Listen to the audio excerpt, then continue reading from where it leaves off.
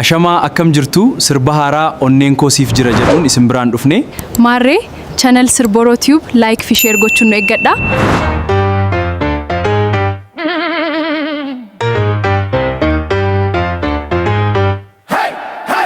Baati baari aduun baati onneen koo si yaadata.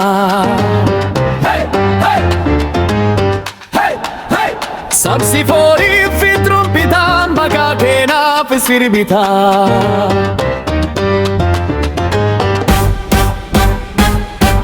Ganama barii daandiira faana keenan ilaala. Qilleensi yeroo na tuqu maqaa keenaa himalaala. Urjii halkan yoo mul'atu yaadni koo si bira deema.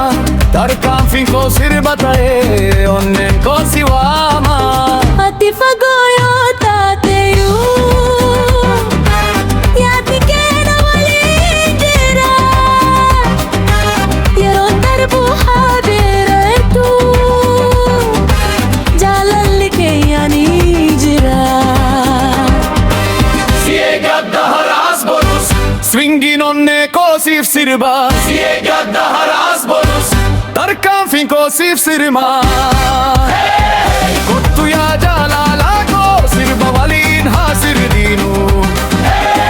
Kottu yaa jaalalaa koo shubbisa waliin haa shubbifnu.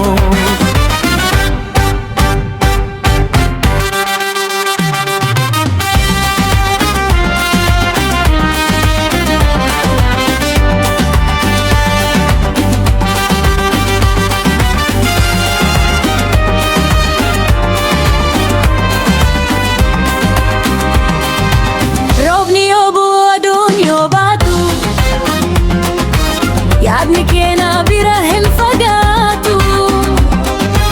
Sagaleen kee akkamuu sirba. Guyyaa hunda na gammachiisu.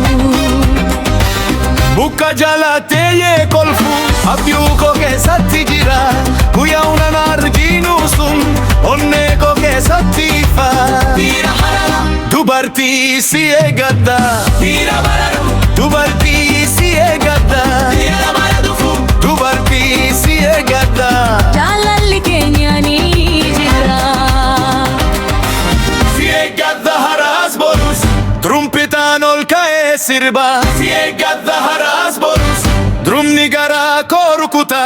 Si eeggadha haraas borus akka swingiin yeroo sana jaalalli keenya ni sirba. Har'a boru bara hunda. Si eeggadha haraas borus onneen koo siif sirba.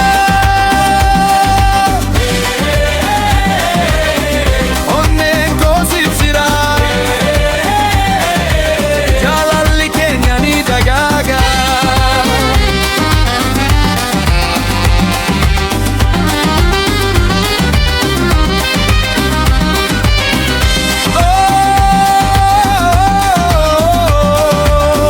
Siin argi guyyaa sana addunyaan koo ifa taate.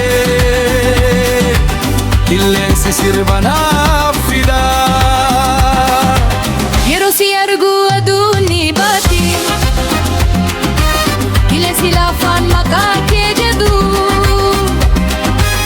Akka galaana keessa bishaanii.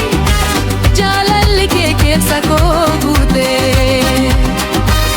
Akka urgaa mootummaa biriraa akka rooba lafa deebutteef ati dhuunfaa koo taateete onneen koo siif jira yeroo hundaa. Yaa jaalallee tuututa si malee maaltu naaf rakkaa'e guyyaa keessa sharakkarii yaadni koo si qofaan guutame.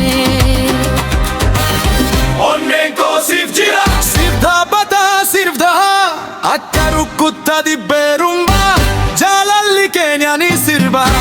Onneen koo siif jira siif booya siif kolfa harka kee dhabee imalu abjuun koo guutuuta. Yeroo akkina biraa jirtu urjileen samiini sirbu jiini halkan keessa ife seenaa keenyaaf ragaa ta'u. Akka shubbisa rumbaa sana tarkaanfiin keenya wal simata. Kabiireen